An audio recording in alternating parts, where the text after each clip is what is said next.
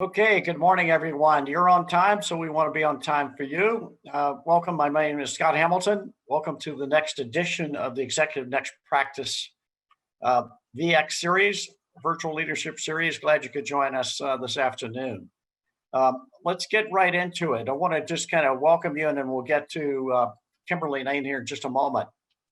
Again, those of you who are joining us, and we have several audiences with us today, by the way. We've got the Zoom audience, and then we've got the live stream from YouTube, and also some folks are coming in via LinkedIn. So I see quite a few online here, but also I'm seeing quite a few coming in our live stream sessions. Most of you know us. Executive Next Practice Institute is based at UCI Beale Applied Innovation. This is what we looked like in March. We now look virtual, and we hope to get back to the in-person events, ranging from 100 to 1,000 key decision makers. And just a little bit about us, if this is your first time. This is our main link to all our events. The reason we exist, and we've been around now for 10 plus years, is to learn about specific innovation strategies for growth, examine new strategic partnerships and investments and alliances, hear from both the startup community as well as large market enterprise leaders, and meet key members of the OC to global innovation system. We actually have international participants on the call today. So again, we've got quite a global reach going here. Then finally, our objective here is to develop your innovation capability and exploit your value proposition, which has never been more critical now than in times of COVID. Here are our main links. You can join our next sessions via our main URL. We have ENP TV, which has several hundred videos there you'll want to scroll through. And join us as an annual member. Joining as a member now will get you through events through 2021. All right. I'm going to make just a couple of quick commercials here, and then we'll get going. First, next week, we've got two extraordinary sessions going on. Number one, Mark LeBlanc, who's past president of the National Speakers Association, will take us through how to gain traction in today's marketplace. He is a fantastic speaker. Again, it'll be at 12 noon for those of you on the East Coast, 9 a.m. Pacific time next week. The day after that, on Thursday, the 29th at 11 a.m. Pacific time, we brought together the top leaders from the HR and C-suite community from San Diego, but this is a global event again. IBM will be speaking. We've got Karen Smith, who's just joined a DNA company. We've got the top HR executive from San Diego, Angelica Wong will join us, and many others to share how the HR value proposition is changing in times of COVID. You don't want to miss that one. Again, that's 11 a.m. Pacific time next week. Very interesting format, 8-minute talks, very fast moving with audience interaction. And last but certainly not least, our 5th annual Diversity, Equity, and Inclusion Forum, that will be broadcast again on the 12th of November. You'll join these stellar leaders from the diversity community and internal executives to talk about DEI, not as a standalone program, but as how it's integrated to organizations, integrated to strategy, and integrated into all that we do in terms of operating. So we'll take a hard look at organization design, job descriptions, job structures, and every component of organizational life to how we can blend in and be more effective at including people in decision-making, and it's certainly in the key roles in the company. So again, we're looking forward to this DEI summit that's coming up. Again, here's our stellar line from Medtronic and companies like the Champ Group, City National Bank, and others. So I know you're going to enjoy this combination of case studies and also the examination of DEI. All right, so where are we? We've been all operating in this virtual fog since March. We all did fine March, April, May, even into June. But now the cracks are starting to appear. You can see it as a consumer. You can see it as a partner. You can see it as an internal team member of companies. Misalignment, misengagement, lack of focus, execution is starting to fall apart. So how do we get back in tune, back in alignment in this virtual fog? One thing we can do right now is to tap the internal IQ, the collective IQ of our organizations. And Kimberly's going to touch on this today. I think that's why this topic is so important. That is, you've got all this brain power that actually is even more focused in a remote environment. They're closer to your customers, they're closer to their teammates, things are more transparent. They are seeing what's working and what's not in your organization. Now is the time to tap that collective IQ. So, with those kind of themes engaged, I want to bring on Kimberly Lane. Kimberly is actually one of our practice leaders with our Next Work Strategy Unit, and she's one of our key E&P advisors, Executive Next Practice advisors, that we tap into for her expertise. She's had over 20 years as a top sales executive for Fortune 100 companies. She has been educating leaders and coaching leaders both to their strengths and weaknesses, but also making sure that things get implemented. And that's why she's on today. She's a doer, a thinker, and we're delighted to have Kimberly join us today. Kimberly, if you'd come on and we'll switch off the share here. Okay. Welcome, Kimberly. Thank you so much, Scott. It's a joy to be here, and I see a lot of familiar faces. Yes. So let me pull up my presentation here. Sounds great. And we'll go right from that. Perfect. I'm going to exit stage. Everybody, you see that? Yep, and if you go to perfect, I'm going to exit stage. We're on. Excellent. So again, thanks for the warm introduction. It's a pleasure to be here. Glad to see some familiar faces. This is a topic I'm very, very passionate about, and I'm really trying to increase awareness on this topic and engage leaders in all organizations to try to reverse this serious trend. So, is your business ready for the isolation epidemic? It is not only a public health risk, according to the CDC and the US Health Department, but if we start looking at a business perspective, it can become a costly employee engagement retention problem and a customer satisfaction and retention problem. So today we're going to really get into kind of 4 key takeaways that I'd like to have happen here. 1, increase your awareness and education on what the isolation epidemic really is. Why is it getting worse? Who's most impacted? And what's the cost to your business as a leader and an owner of a business? And then finally, hopefully with the solutions, a few of them that I present today, what is the way we can reverse this trend and help this public health risk, but also the risk to our business as well. So what is the isolation epidemic? I will use during our time together, loneliness and isolation interchangeably, just because if you think about it, us being isolated at home, not having companionship, that leads to loneliness, which then subsequently generates the emotions we feel as disconnected, depressed, anxious, that little unsettling feeling we have within ourselves, just kind of empty, right? And the interesting thing in looking at this, I know all of us can probably say with this whole pandemic that we're feeling more isolated, but this has been a trend going on for quite some time. In 2019, literally 1 out of 2 of us felt disconnected, alone, and isolated. And no news to all of us here that we probably all of us can say at least frequently, maybe once a week or twice a week, we're feeling that isolation. And it's been up about 61% with the pandemic. Why is it getting worse? Think about it. We as a society, with the wonderful thing called technology, slowly removing all human touch points from our environments. We're doing it electively, right? We're using self-check-in, we're using self-checkout, we're using Amazon or Target or Walmart or delivery for anything from groceries to pet products to our workout exercise equipment. It's just we're choosing to not socialize. We're choosing to interact with technology as opposed to connecting with humans. And I think the funny part with this whole pandemic is now the fact that it's not our choice to be isolated, it's not our choice to be social distance. We're kind of all having a problem with it, when reality is we've been pacing ourselves to this exactly where we're at. I just recently wrote a book. It's called Connections Change Everything. And ironically, it was released in February. And my whole context of my book is about the need to have more human connection, more in-person conversations, share more meals. And then guess what? The pandemic hit.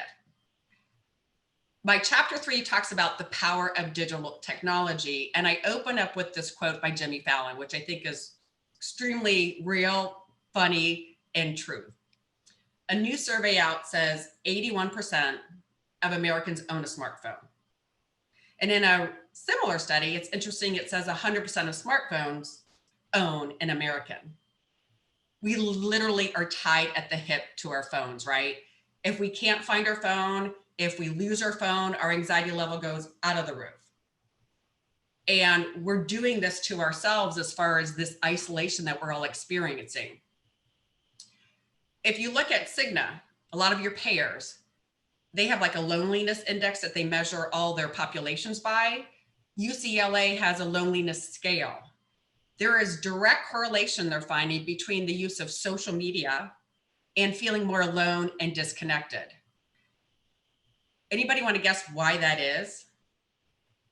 If you think about it, when our sons and daughters, nieces and nephews are on social media all the time, if you ask them if they've ever met any one of those people that they're on LinkedIn, Facebook, Instagram, TikTok, probably not. They probably even had a phone conversation. So we're having this artificial sense of community on an application that has no emotional connection. Hence why the correlation to the isolation, the loneliness, etc. And stay tuned, we're getting to the point of why this is important to you. Again, no surprise here, 88% of us are working from home, no surprise, disconnected, etc. And then obviously we have this virtual presentation exhaustion that goes on. And a good friend of mine shared an article that I think is worth repeating. It was done by the Wall Street Journal about April, when all of us are starting to feel the Zoom fatigue and virtual presentation exhaustion. And what they did is they looked at a subset of parents and babies, and they had an experiment where the parents were talking to their children, or young infants, if you will, in a different language over a couple months. They replicated it by also experiencing where the parent was teaching to the child in another language, but over a Zoom or a WebEx or a virtual presentation. Interesting enough, the babies that had the experience of their parents over a virtual presentation learned absolutely nothing. And I think, and versus the other subset learned the language. And I think that speaks to why, even though we're on Zooms all day or WebEx all day, we think we're having community. We think we're having connection, but we're really missing that real-time eye contact and physical presence of somebody that's so true in human connection. All right, bottom line, if you look at the research by Stephanie and John Coppola, who I've been following for the last couple of years, they're pioneer and founders of the field of social neuroscience and the connection to isolation and loneliness and the effect on our well-being. Connection is a basic human need. We need it for survival. We're wired that way. And unfortunately, not only from an effect on our mental health, from a depression and anxiety perspective, loneliness is a risk factor for premature mortality. It's just as much a risk factor as diabetes, cardiovascular disease, and obesity.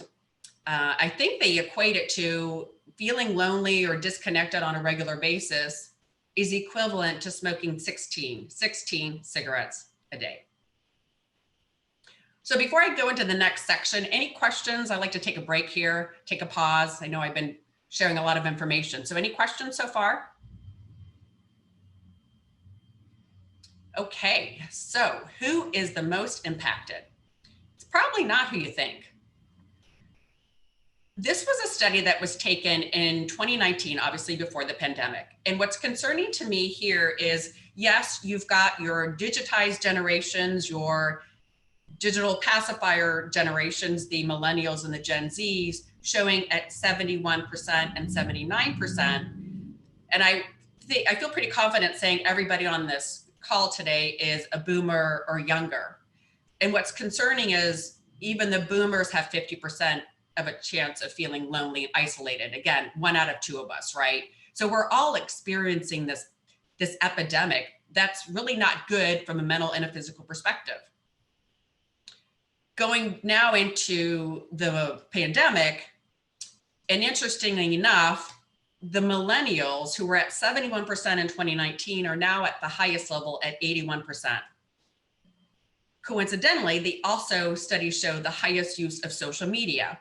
Again, we talked about the correlation between those individuals who use a lot of social media are more inclined to have these feelings of isolation, being disconnected, and being alone. Direct correlation.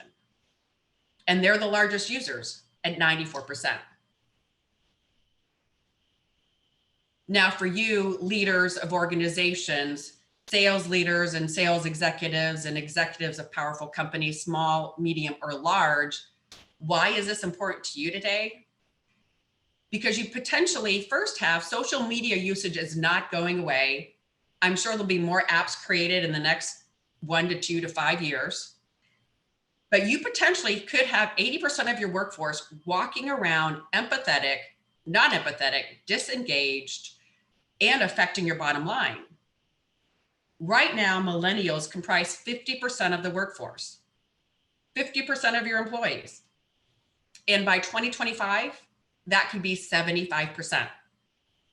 Their ages are between 24 to 39. So they're your entry-level people now.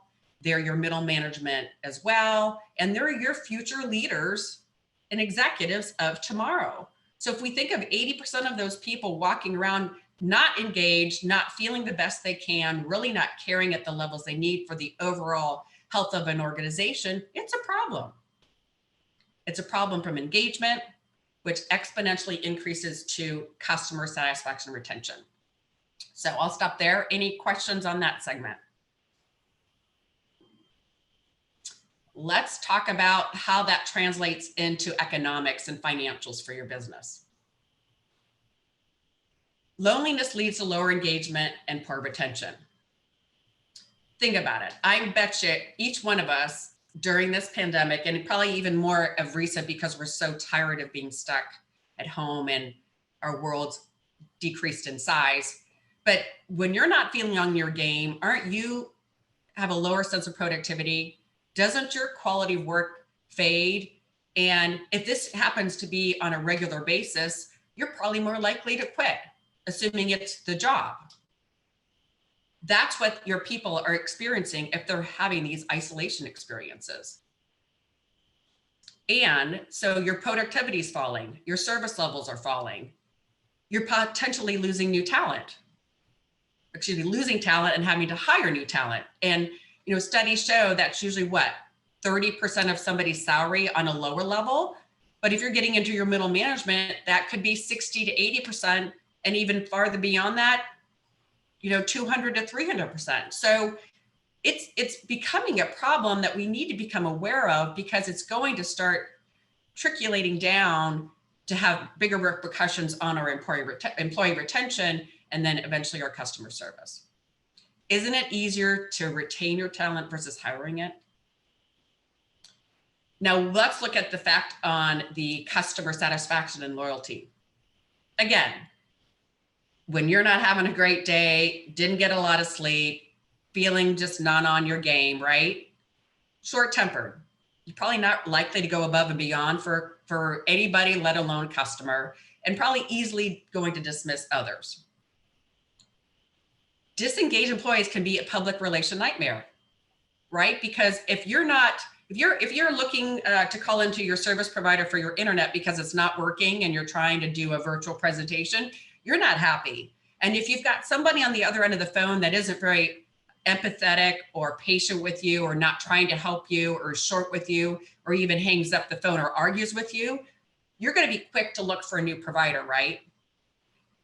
Or you're probably going to also be on social media blasting off on how bad an experience you had and quickly looking for a new provider, right? We all would be doing that. So Right now, because of social media, when a customer has a poor experience, they're quick to go to social media and destroy your reputation rather quickly, Yelp, etc., and have a financial consequence as well.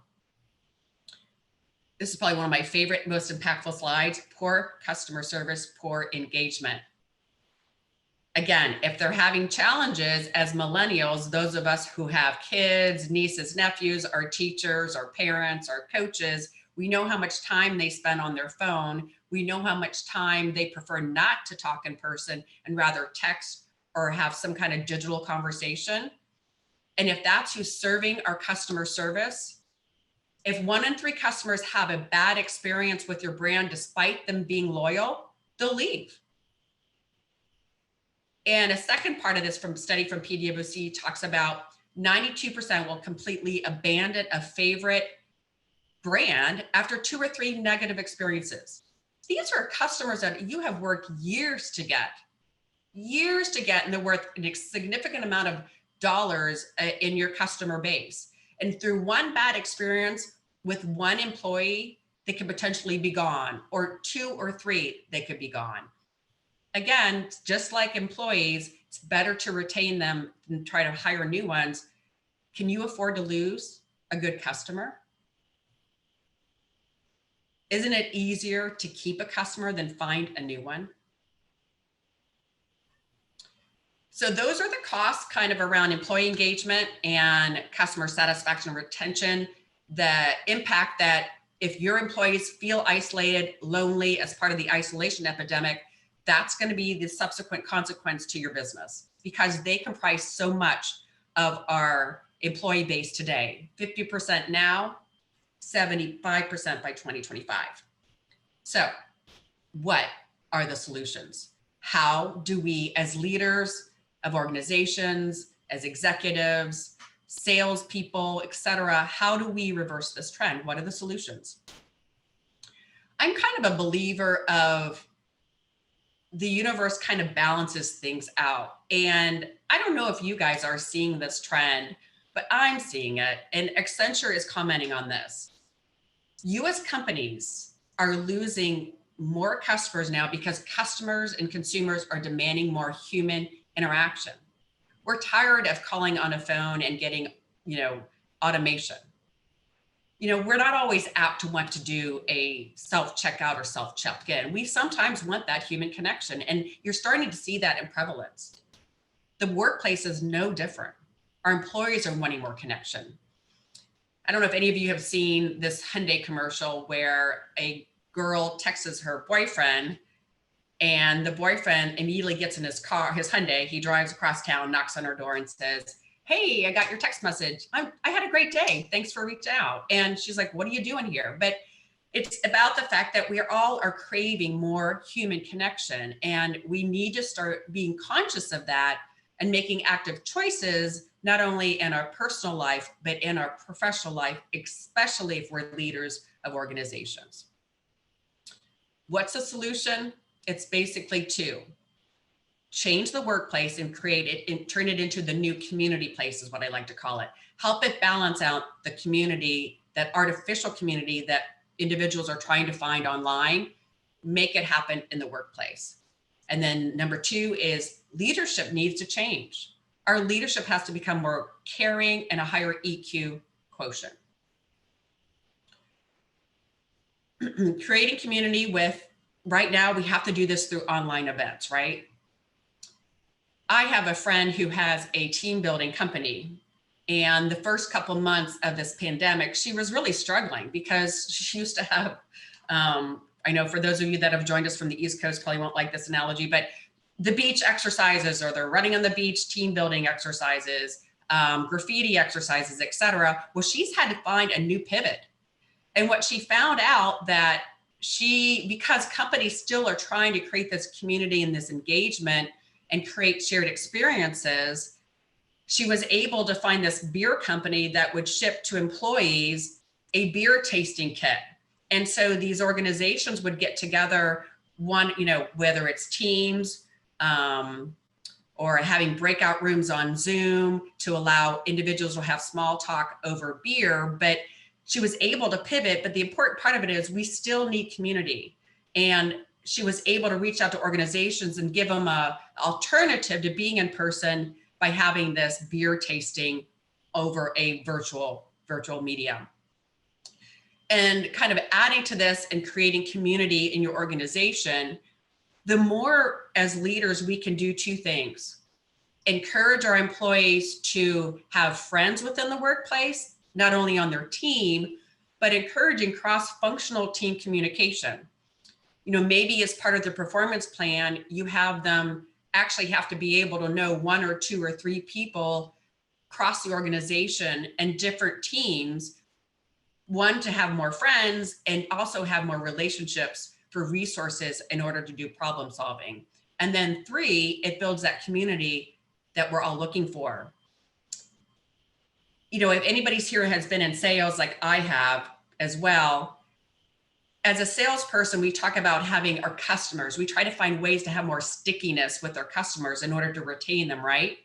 Why can't we have the same stickiness when we're talking about our employees to make them want to stay with our organization by promoting friendships and by promoting community and by promoting collaboration?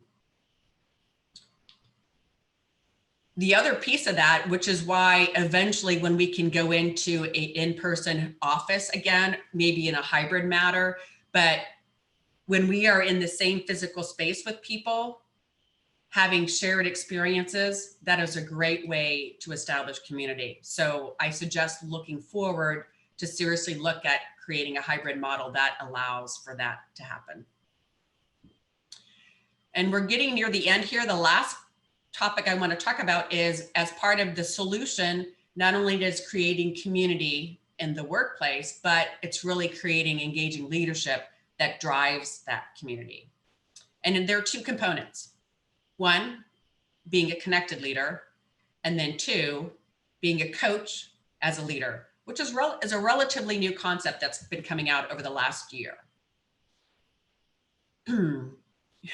I tend to laugh at this because I do have friends that are executives, and I sometimes will get the pushback, or when I'm talking to an organization about my services, they poo-poo on the soft skills. They're like, why is emotional quotient so important? Why is listening so important? Why is caring about my employees so important? And I really believe that soft stuff is what makes the hard stuff work. Think about it. When you're working with people you enjoy working with, when you've had people in your life that motivate you, that care about you, don't you want to spend more time with them? And doesn't it make a better resolution to any problem you're having? You know, if you're fighting with a spouse and trying to get through raising kids that day, it might be extremely difficult. But when you're getting along, it seems to be an easier path, right? When you can laugh about it, when you can joke about it, when you know each other better. Not any different than we're trying to get things done in a very stressful environment these days, in a very dynamic environment. That extra EQ is important. For example, Gallup has talked about this pandemic has put a spotlight on leaders. Employees don't leave companies. They leave managers, and they will continue to do that. 70% of your interaction as a leader with your people, your employees, your greatest asset, determines whether they stay or whether they go. And in this study, Gallup talks about, with this pandemic, there is a spotlight on leadership. So if you had great relationships with your people, you're doing great. You're struggling with remote technology, keeping people engaged, but you know your people. You're now just getting to know them even better by being able to be reaching out into their living room or their bedroom, whatever, wherever they're operating at. But those of leaders that really didn't have the relationship skills, they're really struggling and probably maybe not even being around. So it's affecting the way we connect and we are productive and the way we're going to eventually be profitable as an organization. So being a connected leader is basically being focused on relationships. I know this sounds extremely simple, but it's true. Going back to, we love to work and do things with people we trust and people we feel have our best interest in mind. And the leaderships of today, and the higher you go in a leadership role, it's not going to be about your technical skills. It's going to be about your relationship skills. And the best thing you can do as a leader in any of your relationships, personal or professional, is to put the phone down, to be present, to be full body present, and to be actually listening, because you're validating your employee, you're validating them, and you're creating that stickiness that is honest and trustworthy. How much, I'm asking you, do you show you care? How much do you really invest in really getting to know your people? How many times have you picked up the phone and had a one-on-one conversation with somebody and asked them, how are they really doing? How are they really managing working from home? What else can you do as a leader to support them? And then the last piece of being an engaging leader is a coach as leader. Can anybody think of a coach that was really impactful in their life? Maybe it was a soccer coach. Maybe it was a music coach. Maybe it was a neighbor. And who really was patient with you, who really helped motivate you. And even when you were struggling and didn't believe in yourself, believed in you, right? Or, you know, the example of maybe a parent, just because I think all of us have experienced this with our parents, or a parent who, instead of helping you get the job done or showing you how to do it, said, no, you're doing it wrong. And they did it for you. Which is much more effective as a leader? Same thing when we want to look at giving feedback. As a coach, if you're going to give direct feedback to somebody, you're going to immediately put them on the defensive. So one of the greatest attributes of a leader is being a coach and not telling them what to do. So when you're giving them feedback, it becomes more of an alternative to say, how do you think you did? What did you think you did right? What do you think you could improve on? What went well? And so from this perspective, you now have somebody who's willing to share with you and trust you and how they feel they did. And now collaboratively, you work together to set up a game plan. And in my final slide here that I want to leave you with, I'm sure all of you have heard of Maslow's hierarchy of needs. And I've applied this to the Maslow's hierarchy of what I call of employee engagement. And this is the base model for building your community as well, and creating the stickiness we're talking about in employee engagement for your profitability tomorrow. Maslow always talked about basic needs of food, shelter, warmth. Well, basic needs in your job from an employee perspective are knowing your job requirements, knowing what's expected of you, and have basic resources to complete your job. The second level is safety needs. You feel heard. You have a sense of belonging. You have some level of self-esteem and feel like, you know, your leader really has your best interest in mind. He cares, he or she cares. Social needs, kind of what we talked about in that whole community piece. You've got stickiness because you've got people in your organization that you like, that are friends of yours, even in cross teams and resources you can rely on when you need assistance. You feel like a part of a larger community, right? Esteem needs. We all have esteem needs, right? And when we're not feeling empowered, confident, that your effort matters, it really affects our performance, and we're probably not going to stick around.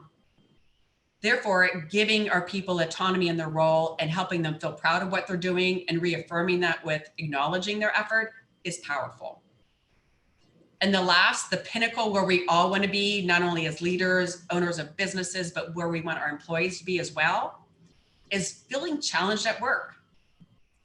Feeling and knowing that their contributions make a difference and they're part of a bigger purpose, not just what the company has, but a bigger purpose with regards to the world.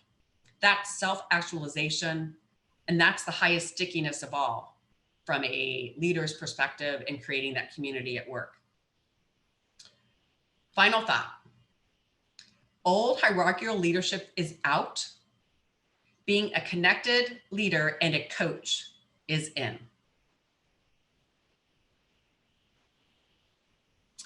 And I'll leave you with one resource here before we get into Q&A. As mentioned, I just published my book in February, ironically, right before the pandemic. And it's all about connections. And it's about the smart conversations that we can have as leaders to better create that engagement. And it contains 16 very easily adaptable daily connection corrections, I call it, or steps to help build those connections in our life. Some of my friends that have read my books think it has some personal application as well. So it meets both a personal need and a professional need. So with that being said, I will turn it over. My book's available on Amazon. Over for questions here. The isolation. Okay, we got some minutes. We do have some questions. I want to get to them, and a couple of quick comments here. Kimberly, great job. Very timely. We started this session talking about tapping the collective intelligence of organizations, and this plays directly into that. The fact that we only tap about 5% of the true IQ. And a lot of things, what you just talked about, are the barriers that stand in the way. So I have a couple of quick comments. One of the solutions Amazon came up with was they went from 30 layers of management down to 7. That's a huge organization. Bezos cut layers, delegated authority, empowered people throughout the organization. So there are 7 layers of leadership and only 4 operational layers. The second thing we're hearing from leaders, and you've addressed this, is that their communications cadence, if you write that down, is increasing, and they form this pattern. So Tony Hirsch of Zappos, for example, his cadence is that he is communicating at least weekly to the entire employee population. He's requiring that his frontline managers communicate even more frequently. So it's this pacing and cadence that are so critical right now. Now, we had a question from one of our participants, actually Mark Wilbur, who's CEO of Employers Group. And Mark, actually, I'll give him a plug. He's our keynote at reInvent HR next week. Mark's got a terrific question here, and let me make sure I get his exactly how he's put it here. Mark's question is, if you are operating 100% remote, how can you put your phone down and be present? What are the critical steps to engaging effectively in this remote, likely new normal world that we're dealing with? So how do you stay present in this environment? Yeah, it's really difficult, especially when you're on multiple Zoom meetings. That's why I try to encourage, if you're having regular meetings with people where there's like 5 or 10 large groups, it's really important. It's hard to be present. You're there, but it's exhausting trying to stay connected. The present piece would be if you can reach out individually and have a phone conversation or a Zoom one-on-one. I personally feel that the phone conversation is a little bit more humanly connecting than Zoom, but that's how you can be more present. A lot of it's just not, obviously, I think sometimes there's so much going on at Zoom and we're having a hard time concentrating. So we start trying to multitask. Multitasking is not good. You really need to sit there and look into people's eyes and try to find something personal to talk about, not just the business perspective. So for example, if you noticed, I had a guitar in the back of my office or a flute, somewhere in the conversation, work something in from that dynamic. It kind of takes it to another human level, if you will. So it's not always just about business. I think the more we can introduce our humanity and laughter or comedy where appropriate, or recognizing something that's in the room, in that space, because now then that space becomes a community space, right? We talked about you create community when you're in the same room, and by acknowledging what's in somebody else's, virtual office, you're kind of also there too. Does that make sense, Mark? Yeah, I think that you've touched on that, and it really is about this idea of choosing the right tool to communicate and keep people present. And there are times you definitely do not want to use Zoom. I have people reaching out to us all the time. They want to have a one-on-one on Zoom. And I said, no, we're not going to do that. We're going to have a much more directed conversation where we have to focus if we just get on the phone and have that conversation.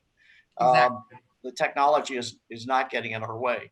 The other element here that I think helps is if you can bring in an element, you touched on this, if you can bring in an element of physicality to it, That is that they're both referencing the same document. If you're both looking at the same product, if you're both looking at the same service and actually touching and feeling it at the same time, to kind of, again, create that connection with each other and with what you're talking about. We talked yesterday in our event about a strategy box. When we take people through a strategic leadership retreat, we send them out a strategy box full of things that are physical, that people can touch and feel as they're going through and examining their options going forward. A couple of other reflections, and I've got a couple other questions here I'm going to look into here.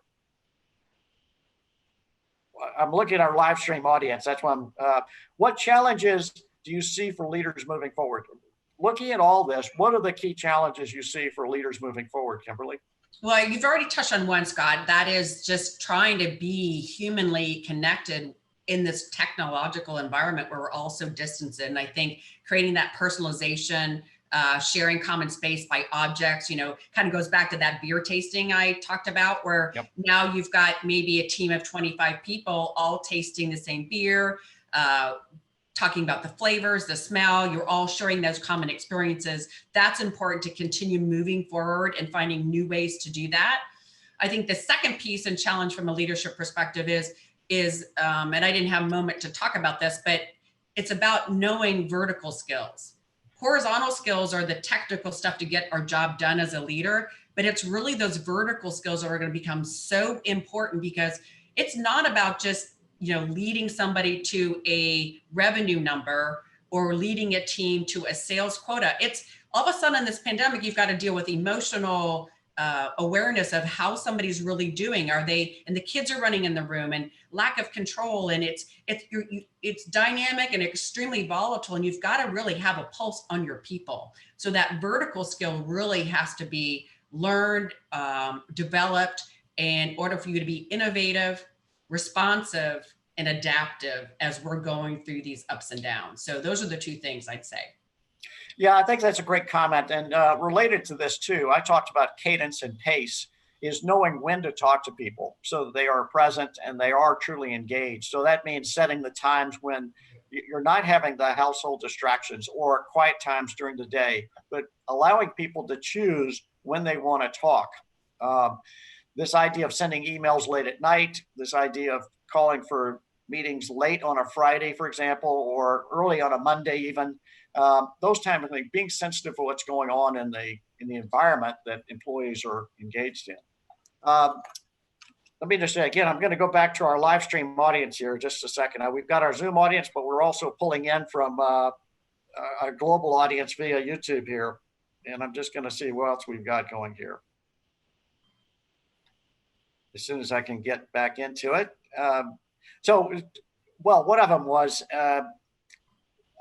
we talked a lot about some of the negatives. Is there a positive coming out of this time in terms of what you're seeing? Are there any positives we can talk about? One thing I can say is, from a positive perspective, we're all feeling isolated. I beg to say that all of us have felt isolated during this time. So we all know what it feels like to be disconnected. We all are going through it. It's not just one or two employees. We all are experiencing that. So as a leader, the positive is, because all of us are experiencing it, we can be more empathetic to it and help others through it from a leader employee engagement perspective. So I think that's what the positive is going through it. And I think moving forward, there's going to be more recognition to keep this connection going on in order to be effective. Well, and again, we started this conversation too about the fact there is an advantage. Your employees are much closer to their work now. They're seeing what works and what doesn't work.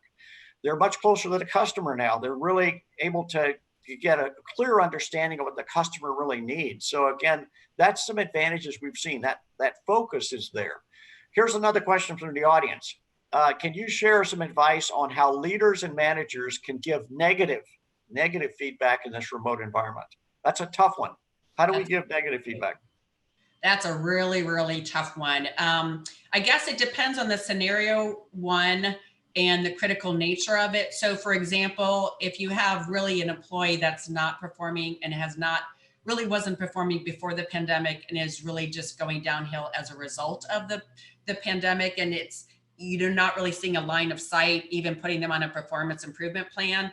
It's a difficult conversation. It's a hard conversation. I definitely would have it scheduled and I would have it over the phone.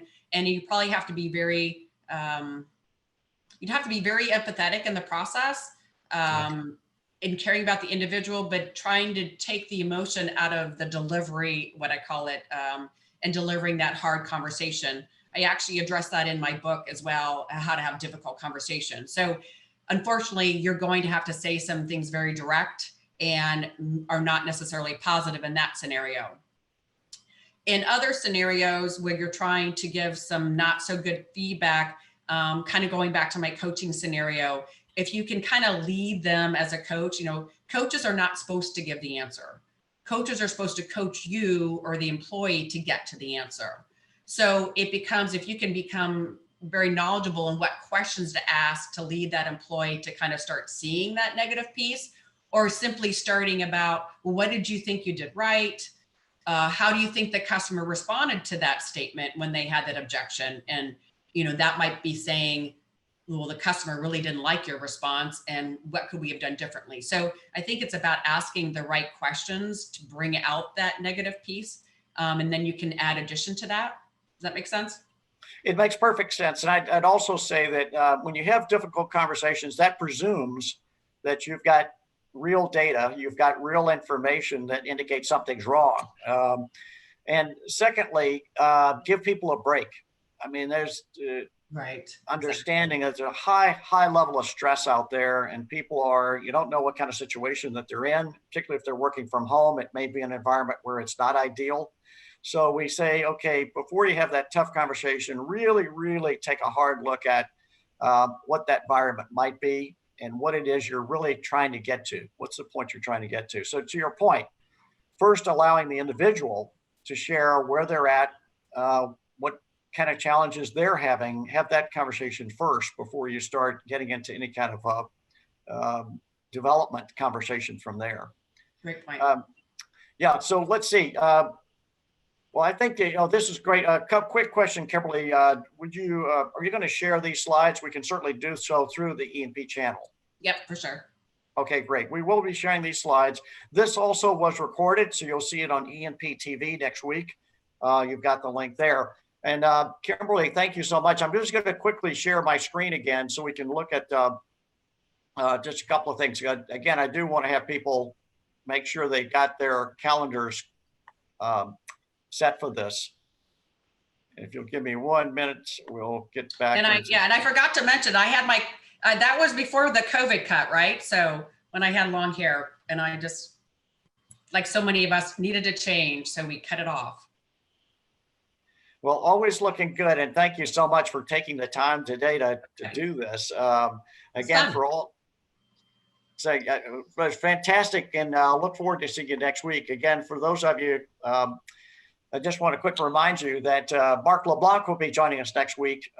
Fantastic speaker, excellent speaker. And then the very next day, be sure to join us at the reInvent HR. Both of these are on the E&P website. Both are either complimentary or a nominal charge. But again, well worth your time and investment to take a look at these. Kimberly, again, thank you so much for your time today. I'm going to look forward to seeing you at our next E&P Advisor meeting coming up. Thank you, Scott. My pleasure. Thank you, everybody, for your participation, and we'll see you soon. Great. Have a great weekend, everybody. Take care.